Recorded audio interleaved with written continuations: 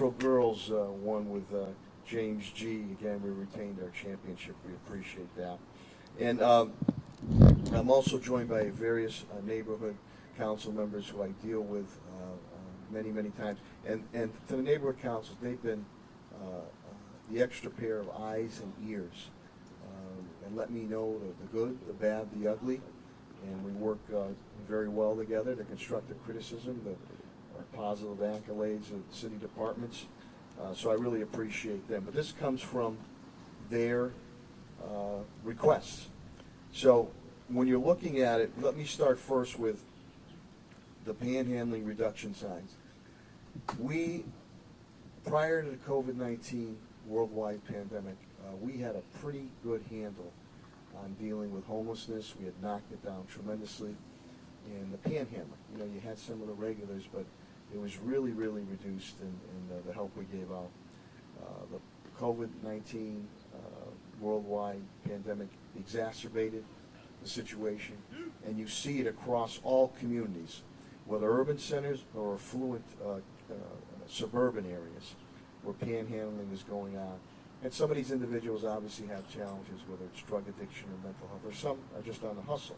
But what I've heard from all neighborhood council members is that they're sick and tired of it. So we've seen in other areas, I don't know if we'll get challenged by courts, but we've seen in other areas that signage has gone up. We're going to put them in strategic areas of the city that goes, do not give the panhandlers. And if you really want to help these panhandlers, here's where you can give them the services. And there'll be a number there also for those panhandlers if they want those services. As you know, we do tremendous outreach with the Springfield Police Department and BHN, mental health workers, to try to get these individuals help if they will accept it. So stay tuned on that. But that came, and the signs again are going to encourage residents to donate to a charity in lieu of providing monetary support to panhandling, which many times will go toward more negative aspects. And that's $49,500. Safety crossings on Bay Street, and work very closely with Gwen Smith of the Bay Area Neighborhood Council, and with Rep. Bud Williams and City Councilor Marlo Brown. They wanted to install some pedestrian safety upgrades, including crosswalk flashing, beacons at Bay and Esther Street. That's about $80,000. Worked very, very closely for many, many years with the New North Citizens Council. Jose Claudio is here. Kennefic Park Field House improvements. That's about $250,000. HVAC, lighting, security, accessibility improvements. Kennefic Park Fieldhouse. A lot of activities down there. That's in the Brightwood Memorial Square. And again, on the panhandling, that's all neighborhoods. East Springfield Neighborhood Investment Plan. Kathy Brown, what can I say? Work very closely with her. They wanted to do funding to support completion of neighborhood investment plan for East Springfield. That's $72,450. Same thing with Kathy Brown. Marcia Roy, Angelina Park upgrades. I was just there for the 40th anniversary. It was great. We put a track there, people walking, running. We put a spray skate, families there. This is during the heat wave. And then the workout areas we have, it was just really enjoyable that evening. I was there to see all the people utilizing that.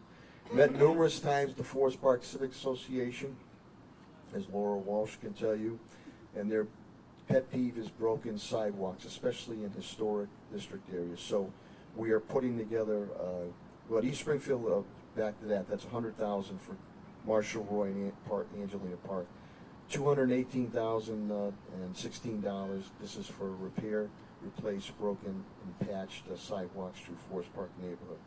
Hungry Hill, my many visits there to the senior center. They want better lighting and lighting improvements exterior to Hungry Hill Center. That's $75,000.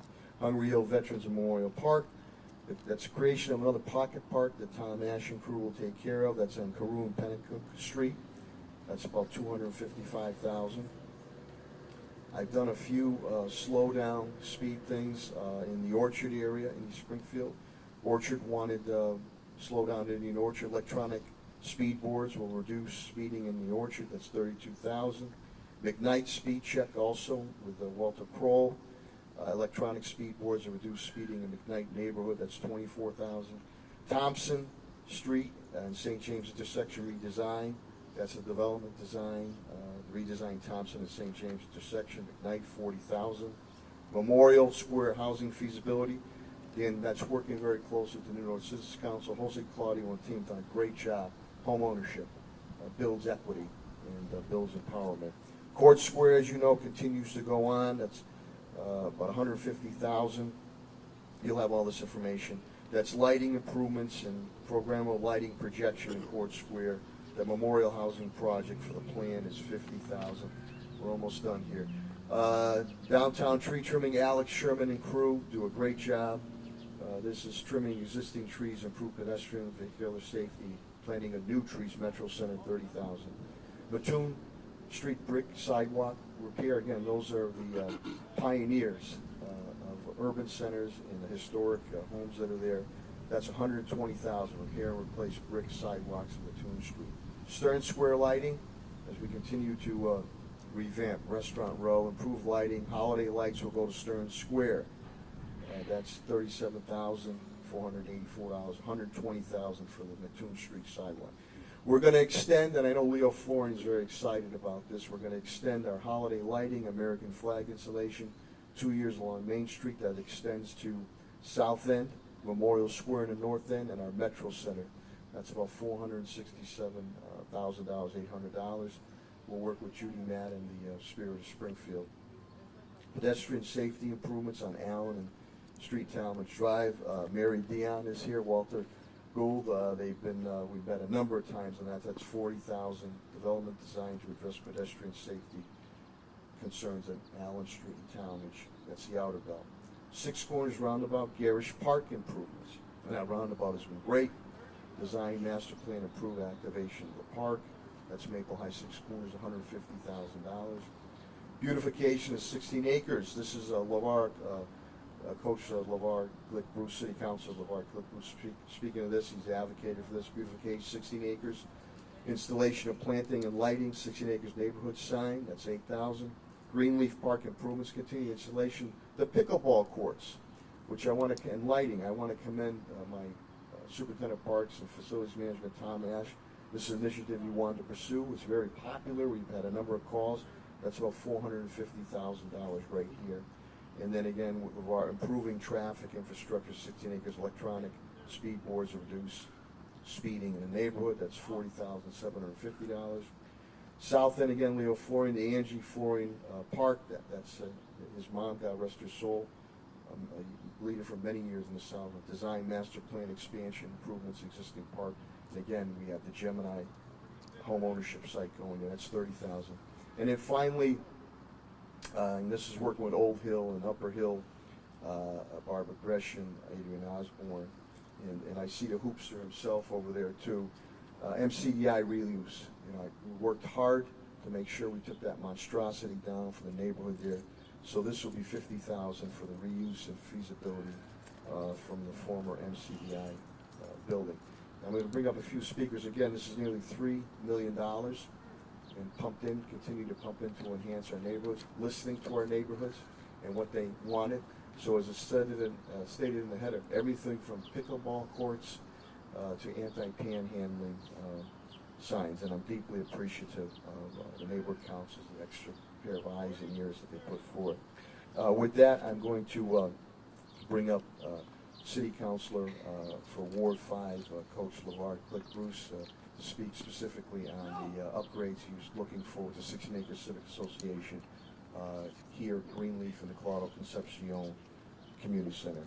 Put your hands together for championship coach LeVar Glick Bruce. Thank you, Mayor Sarno. Also would like to thank my good friend Tommy Ash for advocating and really putting forth this pickleball court. As I look at my next phase of my life, I know pickleball will probably be up my avenue. I can no longer dunk on Desi Jackson. But no, it's the fastest growing sport with the last 3 to 4 years, I believe.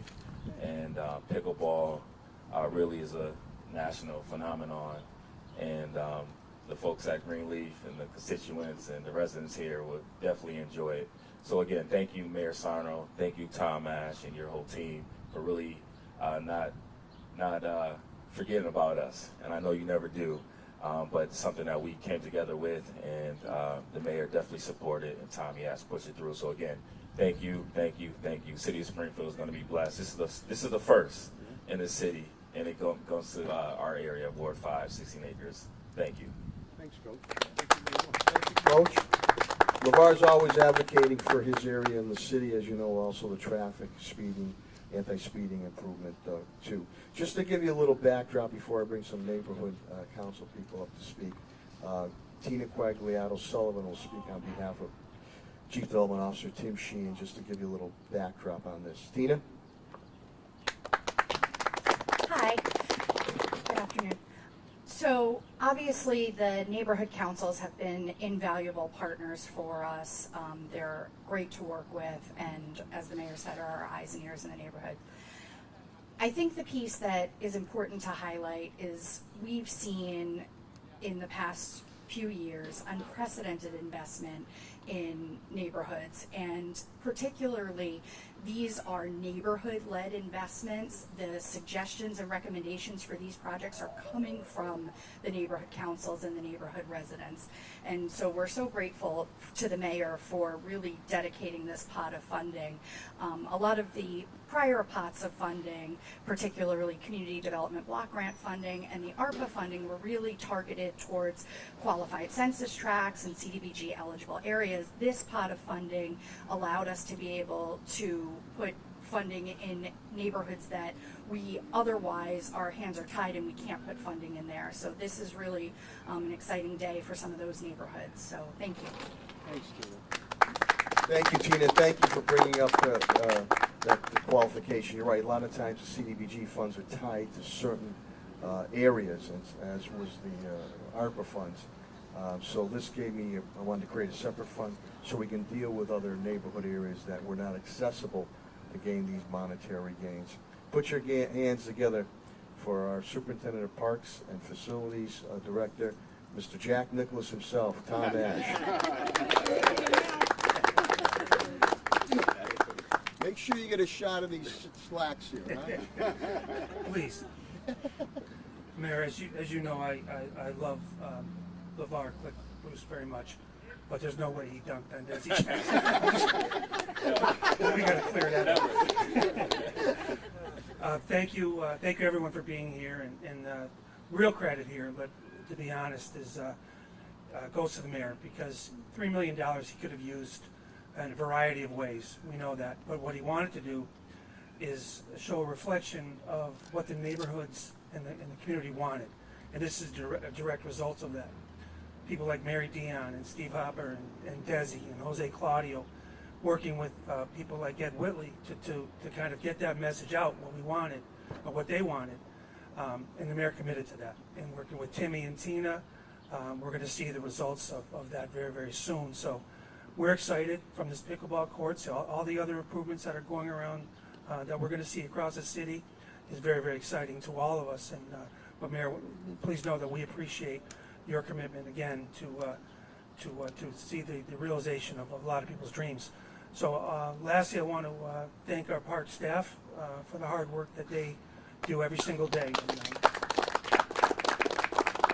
And with that, we look forward to putting shovels in the ground and doing all the work that needs to be done. So again, Mayor, thank you very much. Thanks, Tom. Thank you, Jack Nicholas. And if you haven't seen behind the Claudio Concepcion Community Center in Greenleaf Park, the recreational improvements that we've done in the back there. And it's great. God rest his soul, my dear, dear friend, City Councilor Claudio Concepcion, but his lovely wife, Teresa is here. Thank you for being here. Thank you. There's a guy that literally for 7 years would times just sleep here to make sure that this Greenleaf Community Center was done and not neglected, and in honor we named it after Claudio. And I want to thank again Tina and Coach Whitley, the park staff, and Timmy Sheen for all their efforts. I've told you what this meant to me, but the head, heart, and gut, the extra pairs of eyes and ears with our neighbor councils, and believe me, they do it out of love. They don't get paid for what they do, and I was very happy Also to extend $100,000 to each neighborhood council for pet projects they wanted to do too. This is separate of that. And that's the first that's ever been done. But let's hear from Jose Claudio, New North Citizens Council, on some of the initiatives they're putting forward. Put your hands together for Jose Claudio. Thank you, Mayor. This is a wonderful day. I can't think of more way to spend $3 million than giving it back to the neighborhoods. And in behalf of our board of directors, our city councilor, Maria Perez, we would like to thank you, Mayor. Thank your staff. Thank you for listening to our residents, to our board members. You know, the study that we're going to do in Memorial Square, there's a lot of empty lots. And what better way that is a win-win for the city that we could put it back on the tax rolls, do affordable housing, and making sure that the residents get also what they need. And for that, Mayor, we thank you from the bottom of my heart. Thank you for being el alcalde, el right alcalde que necesitamos a esta hora, a este tiempo. Thank you very much. Thank you, Jose. Italiano, but I capisce. I understood what he said in Spanish. It was good. I appreciate that. Somebody who always advocates for the outer belt area and the acres. Mary Deanne and Steve Hopper. Mary, guys want to come up here? Hooper? Yes, I said Hooper. I did. I don't know why I said Hopper too. His father, my father, were dear, dear friends. Cut us here for many years. Mary? Thank you, Mayor. You have no idea. I never thought I'd be standing here 30 years later, thanking you again for all you do. It's been a pleasure to work with Dominic Sonro. I've been with him since he was on City Council, and it's been a wonderful pleasure working with Ed Whitley. He has offered us so much help and giving us a track to be able to use the money for some of the things that we've been looking to use it for years, and we're finally doing it. And our biggest issues out here, of course, is traffic. So we're working hard to contain it, we're working hard to develop it, and we're working hard with the city to make it safe. Thank you. Thank you. Thank you very much. No, Walter, I said no. Steve, I apologize. No problem. It's my fault. Yeah, and again, as Tom Ash alluded to, LeVar, you might have hit some threes against Dez, but Dez used to be able to grab. This is the Travis Best days. What a squad they had. Dez used to be able to grab a quarter off the top of the backboard. So we're going to bring Dez Jackson up on behalf of Old Hill and Upper Hill. Dez?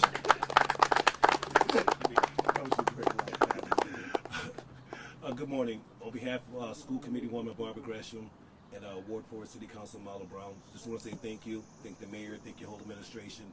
Thank you, Mr. Whitley, for all your guidance, tutelage, and thank you all.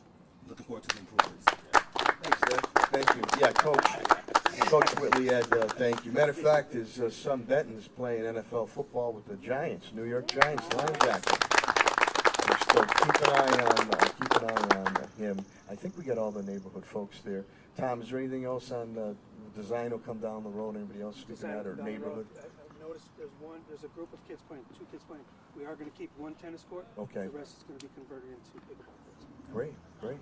So I don't know if you have any questions at all or comments, but thank you to all the media members that came to cover this. This warms my heart. The more and more we can do for our neighborhoods, the better it makes for a city on it. So thank you very, very much, and take care.